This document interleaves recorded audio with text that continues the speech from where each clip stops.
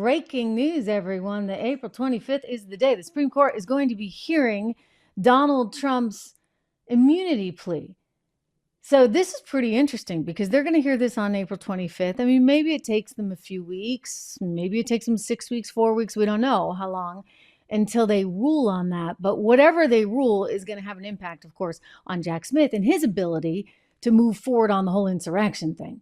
But there's not a lot of faith. I mean, you heard it from Sunny Houston there on The View. There's not a lot of faith for the media. They are in mourning. And so much so that Rachel Maddow was out saying some pretty pessimistic things, like we can't rely on the courts and we can't rely on Republicans, et cetera, et cetera. And so I don't know. What is she anticipating that we have to rely on? Listen.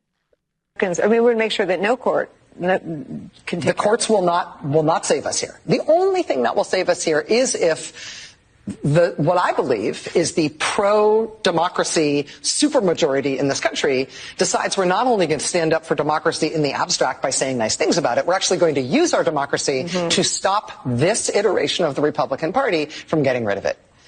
The Republicans have to not be counted on to sort of do this themselves. We can all see what's happening in the Republican Party now. There was a primary, didn't work out to oust Donald Trump. There was a chance for leaders like Mitch McConnell to literally have Donald Trump barred from ever holding federal office again. They didn't do it. We saw Republicans on the courts who have lifetime tenure and are therefore protected from the kinds of blowback that other politicians might be worried about, nevertheless get in line behind their partisan patrons. The Republican Party will not save us here. We cannot wait for the Republican Party to wake up.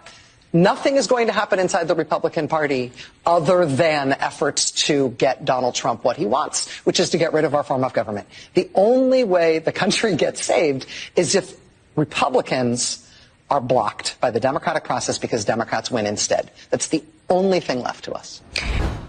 Okay. Well, at least she's not talking total crazy stuff.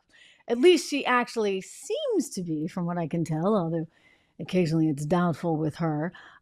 She seems to be saying that we just need to make sure that we win, right? Because then the actual process of the voters coming forward is a fair one. But she's saying we can't rely on anyone here. We just actually have to rely on ourselves, and therefore we as Democrats need to win.